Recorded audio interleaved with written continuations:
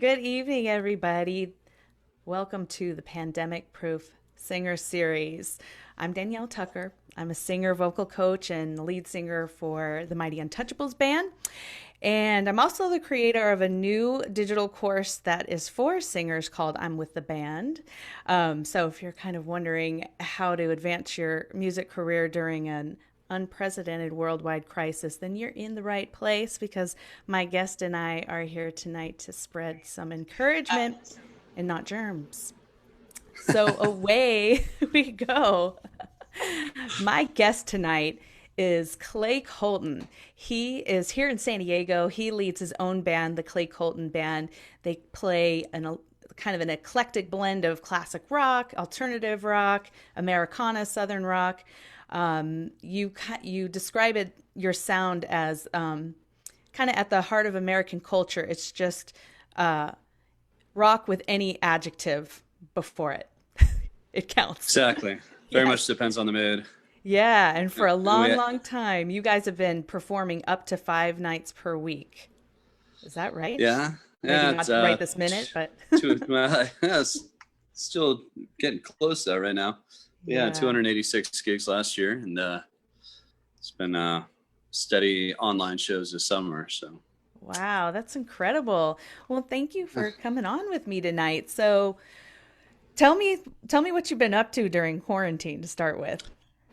Well, amongst all those adjectives of music we play, Irish music was a big one.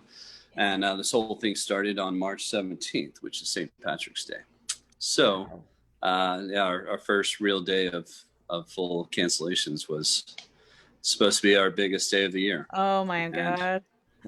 So we didn't have that. And so the whole week was just kind of a big void of what March is supposed to be for us Irish musician guys. Yeah. So when it came to Friday that week, I believe St. Patrick's Day was supposed to be a Tuesday. So it came to Friday.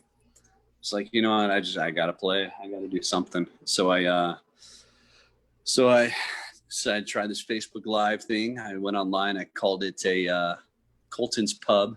Yeah. To make it like an Irish night. And just started playing and ended up playing for, I don't know, like a few hours, 3 hours that night, and decided that was just about as fun as playing any other gig. So I bought a couple little pieces of equipment, started doing it. The very next week, I started playing three shows a week regularly. Wow. And it's been really fun. I tell you, sometimes it's so much more fun than playing a live gig. I mean, nobody's interrupting me when I'm playing. It's nice and quiet. I can hit all the little moments I want. And I get a lot more fans than can fit in a small Irish pub usually. So where's that well?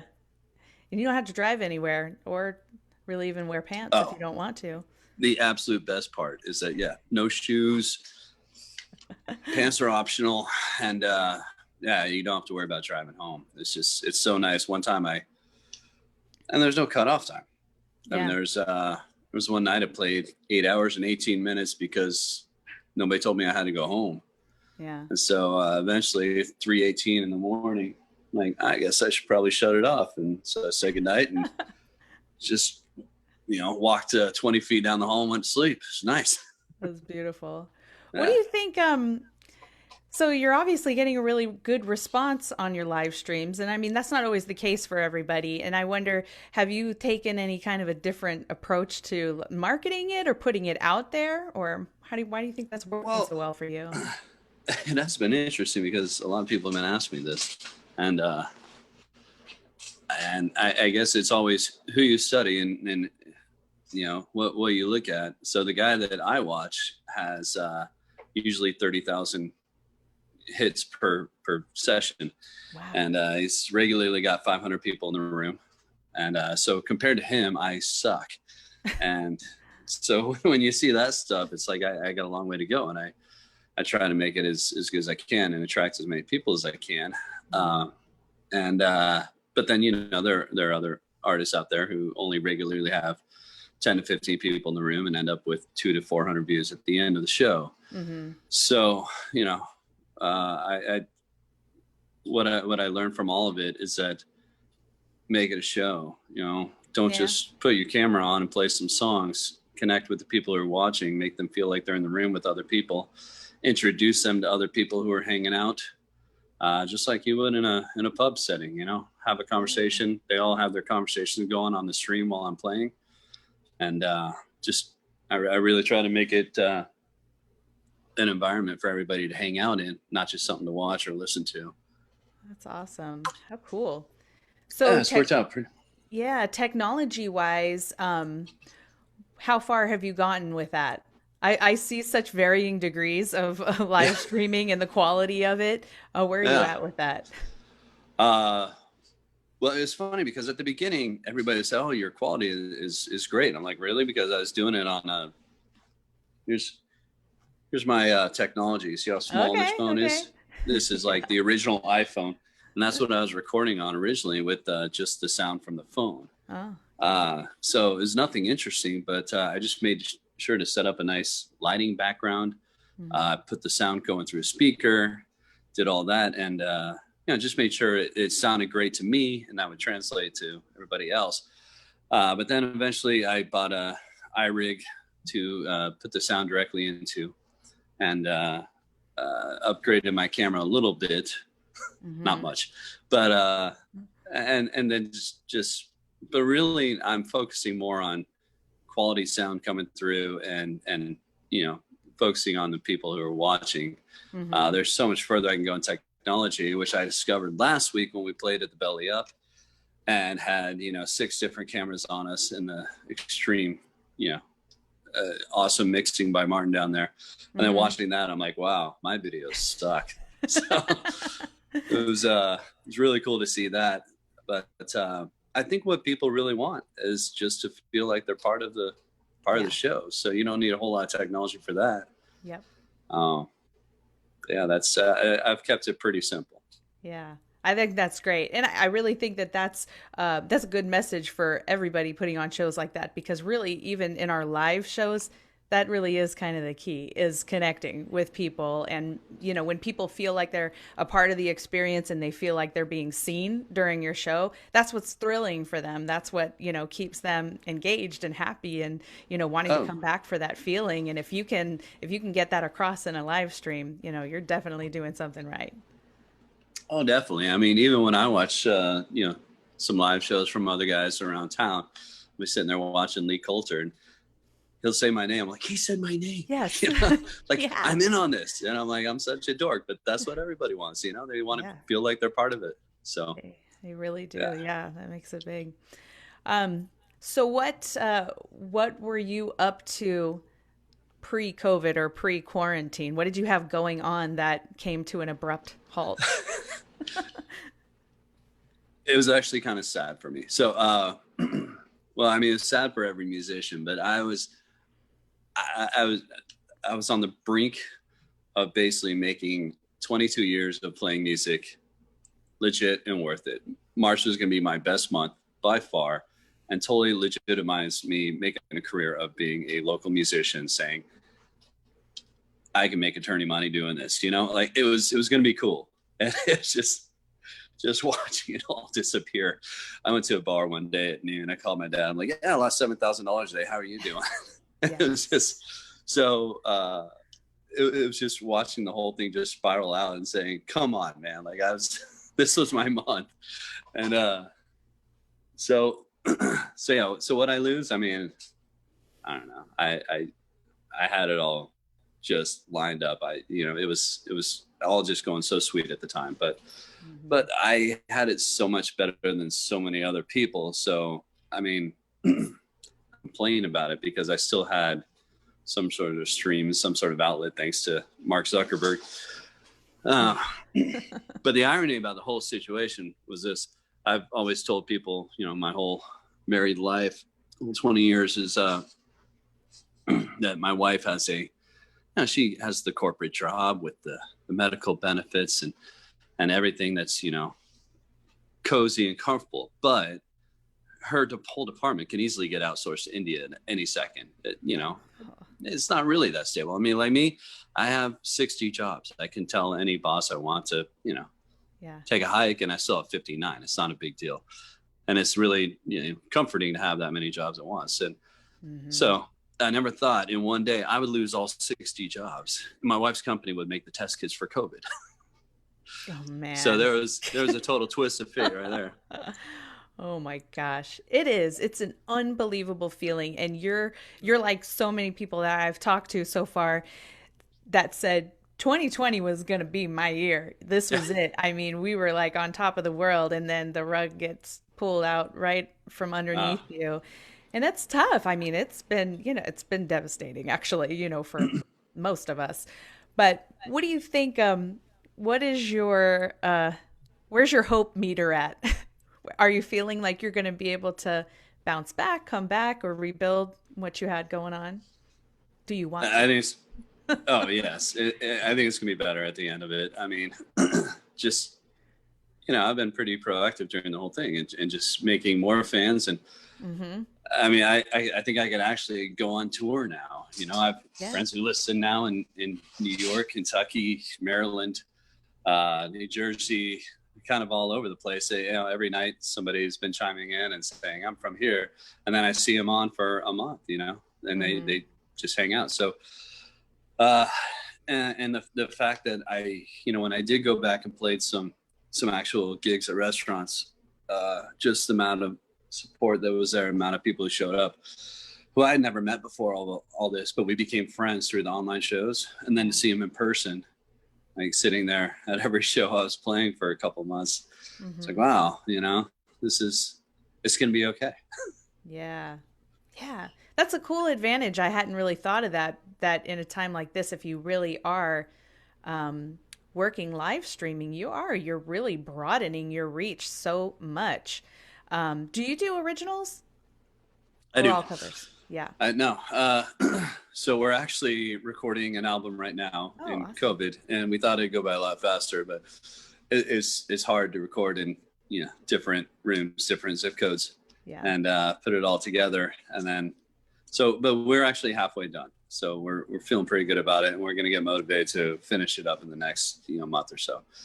Uh, but I have one of my shows every week has been an original show. When I started doing this, I said, I don't want to forget about my own songs that I've written. So I've actually gone back and played just about every song I've written Mm-hmm. during the show. So I'm relearning all my old tunes. Oh, wow. And so Monday nights have always been the Monday night. So it's Colton's Pub is the theme of the whole show. And on Monday nights, Colton Pub has their coffee shop night. Oh, cool. I So love it's that. Colton's Coffee Hour Monday nights. Very Uh, nice. yeah. How are you planning on releasing the album? Are you gonna wait until things are opening up, or are you gonna go for it online? Oh no, not at all. Just online. Yeah. Just no Yeah. big event for it. Yeah. Yeah. Nothing special planned. Okay. It would be nice to have a band play the whole thing. Where Yeah. we'll see. Yeah. Speaking of recording long distance from each other, have you by chance tried out any of the platforms that are like more the low latency platforms that people like, Soundjack, Jam Kazam, these, have you tried any of those? Oh yeah, I have not. No, Yeah, have they worked on that to get bands playing live in separate rooms now? they have. Yes. Okay, Yeah. I haven't seen it. You know what? It's not, I don't see a lot of it. And I think the reason is just the technology takes a lot of back and forth testing and adjusting, settings on, everybody's end. And, I don't know, maybe not a lot of people have the patience for it, but it is happening. I've seen it with my own eyes. I've heard it with my own ears. So Wow. it's possible, All and right. we're Yeah, I getting should there. check that out because my buddy Tom Cunningham and I were looking at that at the beginning, and it was just kind of impossible at the beginning of this. We couldn't find anything that would work. So, Hmm. but yeah, Yeah. we'll look into that. My friend Eden Castile, who's on the East Coast, she's done a ton of testing with another piano player, and she's posted a bunch of videos on YouTube of these tests that they've run. And it's a pretty simple dashboard that they give you, but again, it takes the testing and Yeah, getting someone to cooperate with you. yeah. Um, Oh, have you cool. have you dipped into doing any teaching online or anything like that? Oh, I'm a horrible teacher. Are you? Always have been. Uh, yeah, I never taught before any of this anyway. So I never couldn't teach my kids. I had to Yeah, pay Nate Donis to teach my kids how to play guitar. So yeah, yeah, I it's know. I not think my I'm right thing. there with you. I have these like grand ideas about, taking them into the piano room every day and schooling them and, bringing them up like that. But they want absolutely nothing to do with me at all. So Yeah, yeah, that's it's rough. amazing. It's really painful to be a musician and pay other musicians to teach your kids. So, Yeah. Yeah. Oh my God. hey, speaking of the shout outs, what we were talking about earlier, we got Oh, Kurt, yeah. Mike, and the Tucks are watching. Oh, good news. My wife is watching. So, hi, sweetie. Hey, my husband's watching too. Nice. All right. Hey, honeys. Very cool. Yeah, Kurt's still Stephanie watching for Colton. my, She must be your wife. yes, Kurt's still watching for my 8 hour, 18-minute encore. I'm not sure if that'll ever happen again. That was a special night, Kurt. Very nice. Uh, How cool.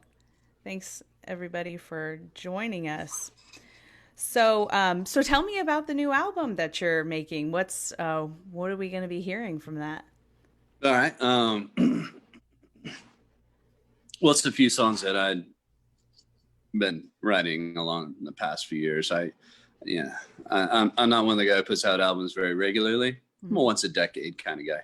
Okay. So, and but anyway, I've had some songs that need to be recorded. For example, a song I wrote about my youngest daughter.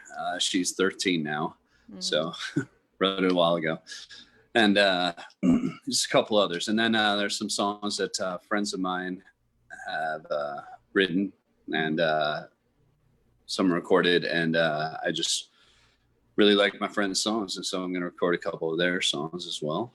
Mm-hmm. Local guy Jeff Diamond, who well, he was local. He lives in North Carolina now, but I'm taking one of his songs, and a band I grew up listening to in Kentucky. I've been in touch with the singer of that band for a little bit, so going to record one of their songs.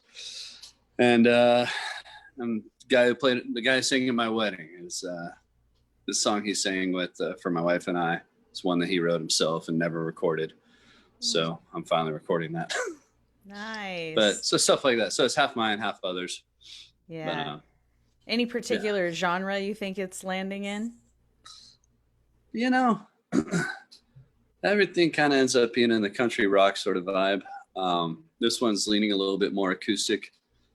It's more of a 43-year-old country rocker vibe.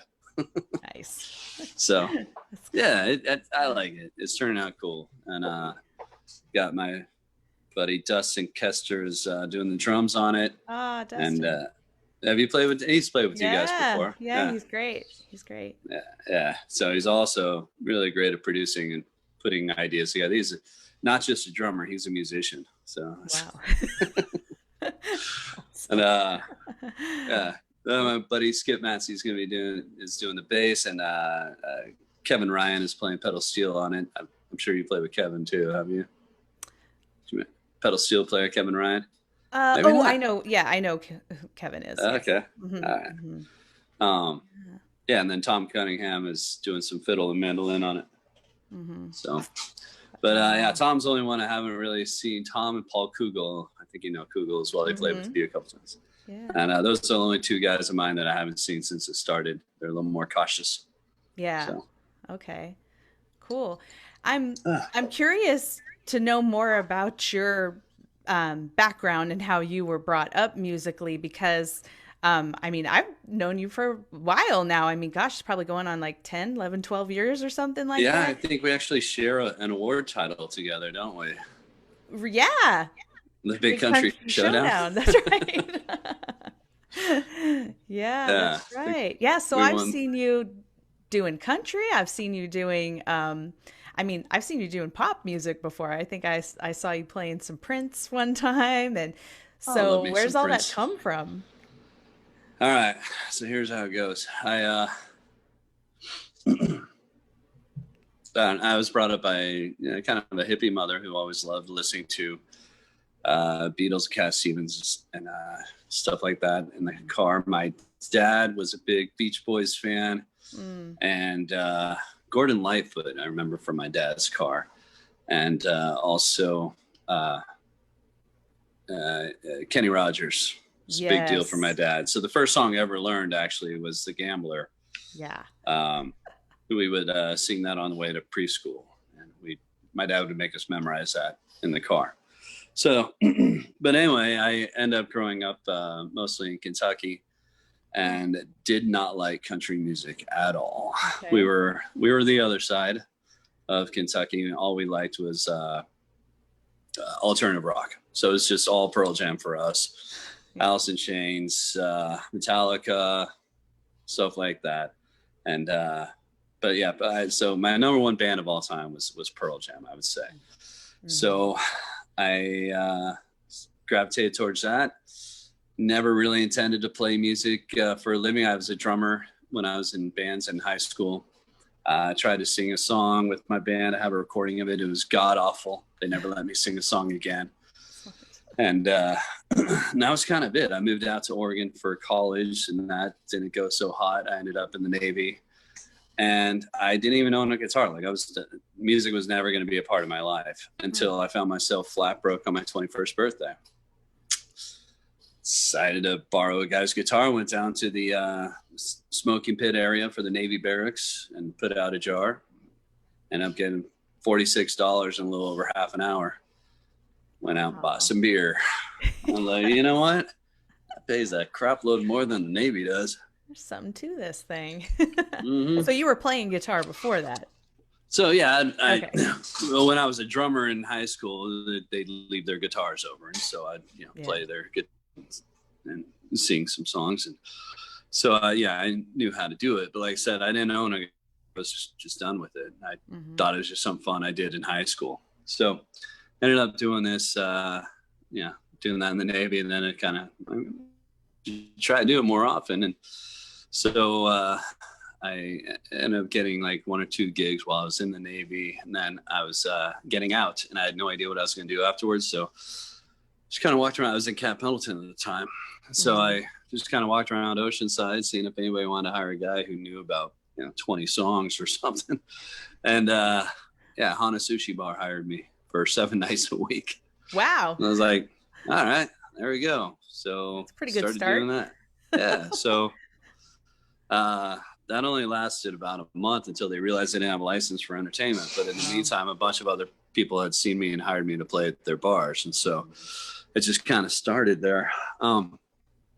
But as far as the, then I was just, playing basic, rock the whole time. Moving into different genres happened. I was hosting karaoke like 2 nights a week. And my deal was anybody can pick songs for me to sing.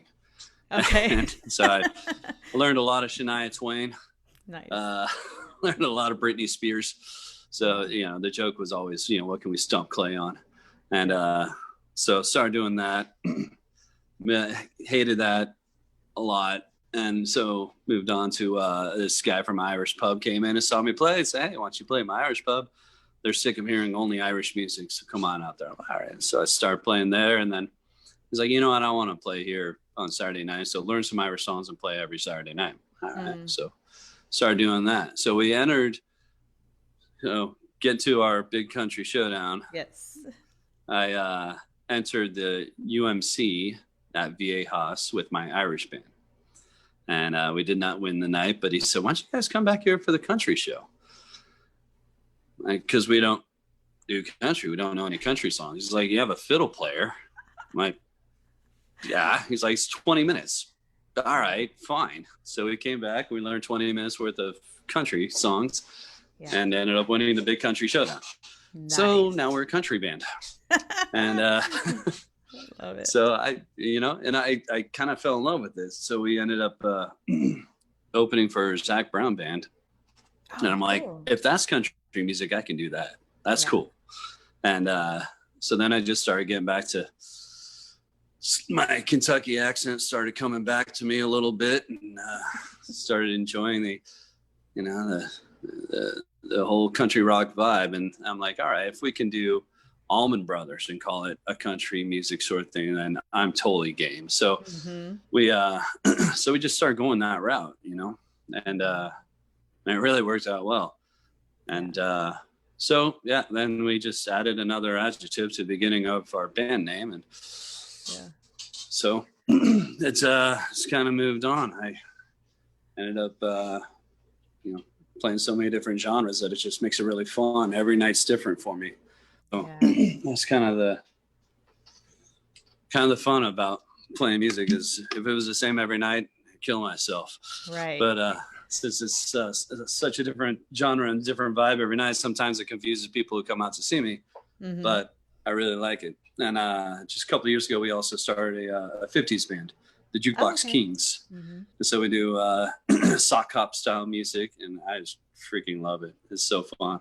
Yeah. So wow.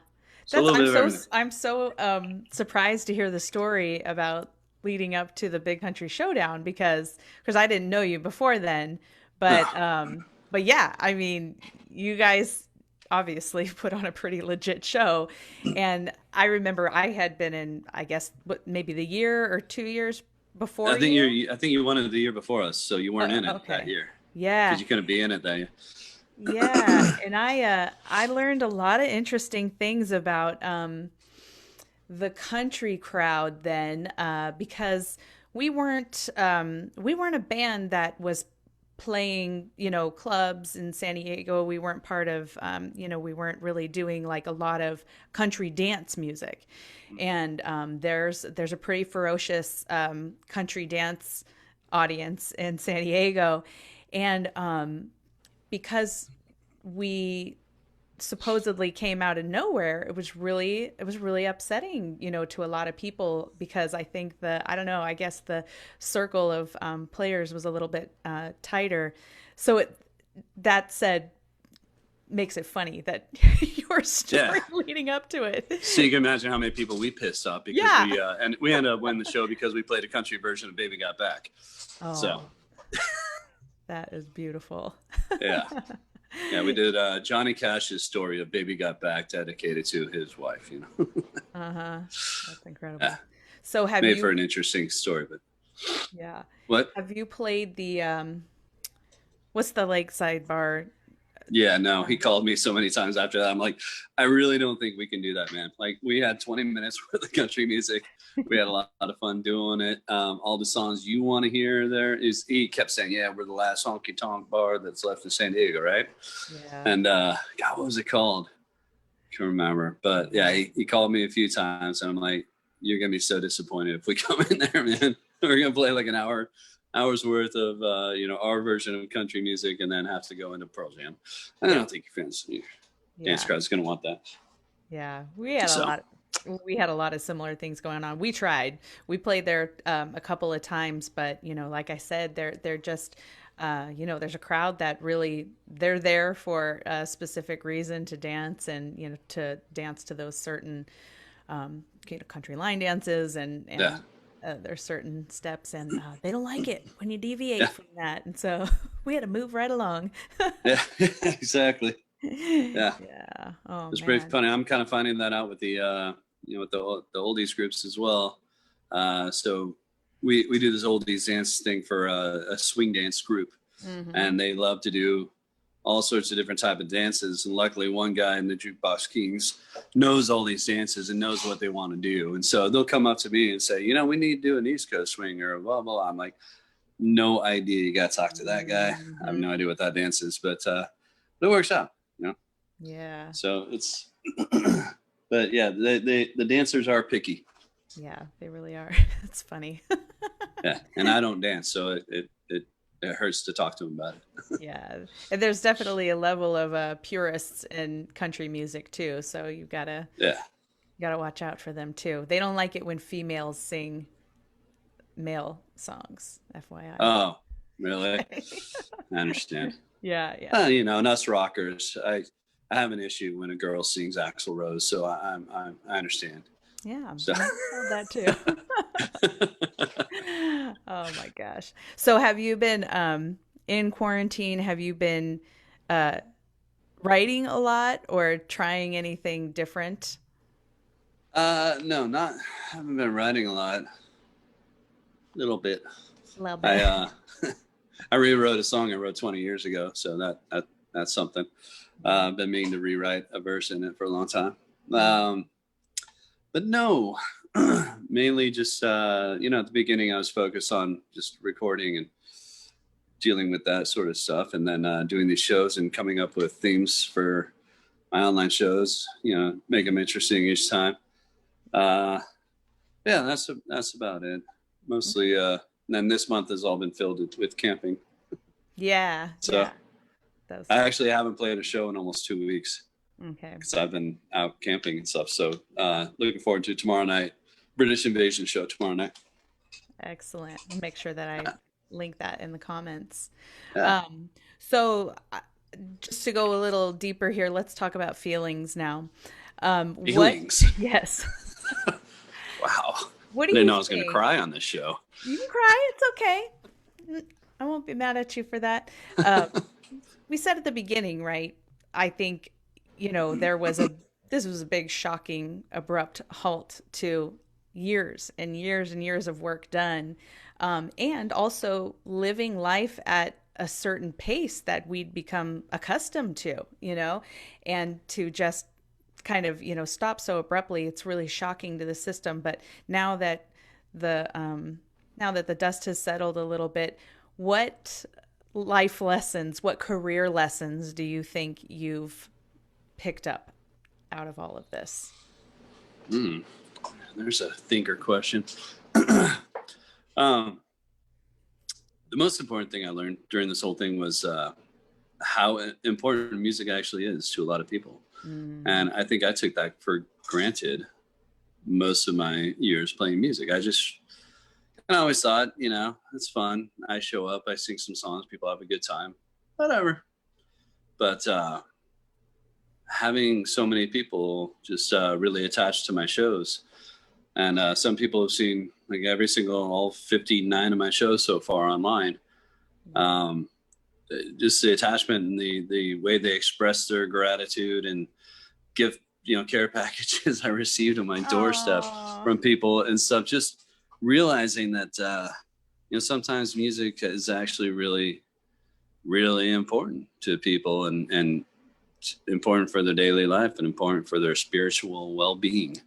And so learning that it's not just a party or something to make the time pass by. It's something that actually helps people get through the day.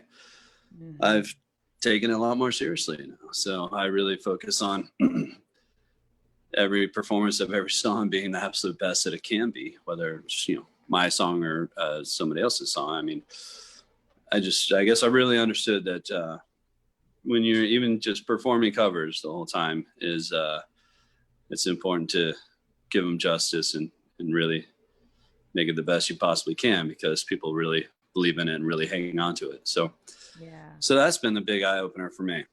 Wow. And it really has been amazing. So yeah, looking forward to when this is all over, when we're all back to our full-time schedule. I hope I remember that. Yeah. So I think we're going to be changed people, and I think that'll probably be reflected in a lot of the performance. But it's great that you said that, because it is so true. When music is your livelihood, it does become repetitive. It becomes it can get a little you lose that connection with it. But it's so meaningful when you are in a position to recognize how important it is to people, and you don't get that reminder too often. Every once in a while you get to come across somebody who tells you personally how meaningful your music and performance is to them, and those are definitely good reminders for sure. Yep. Yeah. So have you learned any life lessons about homeschooling? How's that going? I am worthless at it. Thank God my kids are old enough to deal with it on their own, because I think I discussed earlier how crappy of a teacher I am. And so yeah, I think like the third week of this whole thing, I said, all right, guys, we've been Everybody's been sleeping until noon. We're gonna make something of ourselves during this time. We're all gonna get up at 8. By 9 o'clock, we're done eating breakfast and dressed somewhat. Yeah. And we're gonna just do 4 hours. Pick 4 things you're gonna do. We're gonna do them for 1 hour each. If you just want to sit down and have a discussion of the Civil War or something, we can do that. It's something learning. If you want to read a book by yourself for an hour, that's fine. If you want to, just whatever you do, 4 hours, we're going to learn something today. Mm-hmm. That lasted 1 day. And forget it. I quit. That's pretty good though. Yeah. So then, and then it was like 2 weeks later, they started up their online school. And like I said, I just started feeling really sorry for people like you who have younger children who you actually have to deal with. My kids are very excited not having me deal with them at all. They just go to their corners and hide out until they're ready to be fed. So yeah, 13 and 15 is a lot different than, would you say 6 and 7? 6 and 7, yes. Yeah. So yeah. I didn't have to experience that. So I really feel for all the parents out there who have younger children. Yeah. Because it was easy for me. I just said, all right, fine, go do your thing. I'll be over here. It's a lot. It really is a lot. And I definitely feel for everyone too. My kids don't officially start until September 1st, but we found a pretty sweet arrangement for us because our next door neighbor is a retired school teacher. And nice. She kind of teamed up with us to help, implement the thing. So we're extremely, extremely lucky to, have that situation, but it's amazing. And in regards to this too, I think a lot about how much all of this is impacting the, younger generation of musicians and singers who were right on the brink of starting something up musically, or they're just getting started in their musical journey. We all had that, you and I are close in age, so back then we had music in schools for the most part. Are we? I feel like I look a lot older than you. We are very close in age. But I just wonder, what do you tell somebody right now who is just about ready to start up a career or wanting to make a living at doing this? What would you tell somebody who asks? I would tell them that make sure you enjoy it for yourself, because that's the most important thing about playing music. If you don't sing to yourself, and if you don't make yourself excited when you sing a song, you're not going to make anyone else excited. So right now, all you have is yourself to sing to. So it's the best way to start. Yeah. Don't try to do it for any sort of attention or public feedback. Do it for yourself, and then the career will follow. Mm-hmm. That's good advice. I wonder if they're going to maybe have a little bit more of an advantage because they are growing up in an era of technology, and they probably know the social media platforms better than we do. So, who knows? It might just be a natural progression for them into this. But it's incredible when you think about it. And I'm thinking about the kids going to college, those who are music majors now, and how is that all gonna work out? Yeah. Yeah, that part is tough. I mean, I guess it would be very challenging being, I think of musician as, a solo guy, but the majority of musicians are groups, are, reliant on other players. I mean, the most, I started out playing clarinet. So, everybody who's going to college on a music scholarship or vocal scholarship to perform in choirs and orchestras, that's really devastating. Mm-hmm. So I think the pop and rock market will survive this just fine. Mm-hmm. But my family loves to go to see the San Diego Symphony. Mm-hmm. And that's going to be a big problem. Yes. Since people aren't going to be able to perform in that aspect in middle school, high school, college, or professionally for some time. Yeah. That's a big downside. And that is like they're already struggling enough, Mm-hmm. So, yeah. So yeah, I think the real musicians are the ones that are going to have a problem. Those people who can read sheet music. Yes. That's true. But man, it just seems like, every day something's catching my eye of people who are really trying to be innovative with things. And so it might be a while, but I think there's some very clever people out there and people who are driven enough to make things work one way or another. I don't know if you caught this post on Facebook or whatever, but it's this. It's a concert venue, and I believe it was in the UK, where they basically had created these little square platforms that look like, I don't know, they look like they're maybe 6x6 platforms or something. And so you could have maybe 2 or 3 people in each square, and they have them spaced out all over this huge field. And that was their concert experience. So I wonder if things like that are going to come up, or, you've got the drive-in concerts. Well, they started the drive-in concert at Del Mar. Mm-hmm. Yeah, so that'll be interesting. I mean, I can't imagine that stuff taking off. It's got to cost more than it creates. But yeah, interesting stuff like that to keep it moving, at least until we're able to go back to the normal. Yeah. But absolutely. Yeah. So you've obviously set up a home recording studio now, or are you going somewhere? Yeah, I actually built one years ago. And so I just had to clear all the dust off it and remind myself how it all works. Mm-hmm. But yeah, I actually have a pretty sweet quality vocal booth here that everybody likes to admire. It's that big boy right there. Whoa, look at that. That was the biggest project I've ever done in my driveway. It was an old microphone testing room. Wow. And so I had to chop it down to size and make it fit in here. But it's pretty cool. Yeah. I have one of those tiny little U shape. Oh yeah. They work great too. This one's cool because I can put the whole drum kit in there. Yeah. Yeah, so I can get some really cool drum sounds by deadening the whole room. Mm-hmm. So with the full band, what's your process? So if you write something, how does that process work? Your drummer lays down something, the bass player lays down something. How do you layer all that? Each song has kind of gone in a different route. So what I thought it would be like me, then drums and bass, and then the icing guys, pedal steel and fiddle.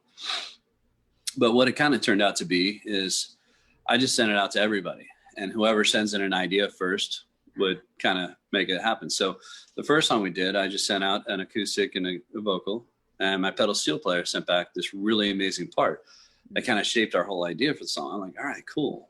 Now I know what direction this is going to go. And then my drummer threw down something, bass recorded on top of that. Mm-hmm. And then my Tom put on some mandolin. So we started moving along with other stuff. Then I did one where the drummer, went right on top of my acoustic track, and that kind of motivated Kevin to throw down a electric guitar part. That so yeah, it's just my whole deal with it has been really interesting for me, because in every other project I've done, like, it's all been my decision. Like I'm I decide what parts going where, and even if somebody else is playing, I'm like, nah, not right. Let's do it again. Let's try it like this. Try it again. I've always been the very hands-on producer of it. This has been cool to me because I've sent out the song. I'm like, whatever I get back, that's his idea, and we're cool with it. That's how it's going to be. And if it's completely opposite of what my idea was, like, all right, guess I'm changing my mind on how I thought this song was going to go, or we're going to go this route. And it's been really fun. It's been really cool that way, just to not have a conversation about it first and see what somebody hears. Yeah. And some of the really interesting ones are songs that, that I'm recording of somebody else's songs. So I've actually heard these songs for years in a full band production, but I didn't tell my band, I didn't show them, the original recordings of it. I just recorded a vocal and acoustic guitar and sent it to them. Okay. So they sent me back something, and it's interesting to see if they heard the same thing like that drummer heard 20 years ago when he recorded it or not. So it's been really fun to, really remake some of these songs that we're recording, because they're a cover for me, but they're originals for the rest of the band. They've never heard them. Mm-hmm. So yeah, it's been a really fun humbling process for me, I guess, to take me out of that role of dictating how it's going to be recorded and just saying, whatever you guys come up with, it's a great idea and we're rolling with it. Mm-hmm. Yeah, I So love that. That's very yeah, cool. Very collaborative. Nice, nice. And kind are of. you doing It's all actually the? very anti-collaborative, but but Yeah, I guess that's the so. fun part. But that's the fun part It's about it. cooperative. It's cooperative. Exactly, cooperative. Yeah. So are you doing all the engineering on your end? Yeah, most of it, except my Dustin. Like I said, he's actually great at this stuff, Yeah. and so he'll lay down not only drums but a side percussion, organ part, some strings, some other stuff, and he'll send all that to me. So he does a ton of it. He's much better at it than I am. Yeah. Oh, very cool. Very nice. Yeah. So tell us more about the live streams that you have going on. I'm going to link to all of those, but what do you have immediately going up that you want everybody to go check out? Sure. Well, tomorrow, my August schedule is very much in flux. I was very steady on my Monday, Wednesday, Friday shows for a long time, Mhm. but August I'm doing a lot of camping. So uh, immediately though, tomorrow, Gary Pirro and I are doing a British Invasion show. So bands of the British Invasion, not necessarily the songs of the British Invasion time, but the bands that came out of the British Invasion era. Mhm. So we're doing that tomorrow night, 6 o'clock Pacific. Okay. And then next week, I believe I will be doing a Monday and a Wednesday. But yeah, I don't have a Friday show this weekend. I'm doing a family. Well, we're camping Yeah. again. So, and next week, I believe we are too. So, yeah, tomorrow night. All right. Tomorrow night, and definitely on Monday, I'll be doing the original music show again. Yeah. Very cool. Well, I'll make sure that I link to everything. And I just want to say thank you to you for coming on and taking your time to do this and chat with me. And I love that you haven't slowed down much. You're still doing your thing. And I love to see that. I think that's really inspirational to a lot of people watching you. And I love that you're, really staying connected with your fans and really listening to how meaningful that is to them. And I just hope you keep on keeping on, and hopefully we'll be out there live again sometime Yeah, soon. sounds good. Well, thank you so much, Danielle. It's been nice to talk to somebody about this. Yeah, it's good to see you too. It's been a while. Yeah, you Yeah. too. Well, thanks everybody for watching tonight too. We hope you enjoyed it. And I will be seeing you back here on Tuesday. So we'll say goodnight for now. Thank you. See you guys. See you later.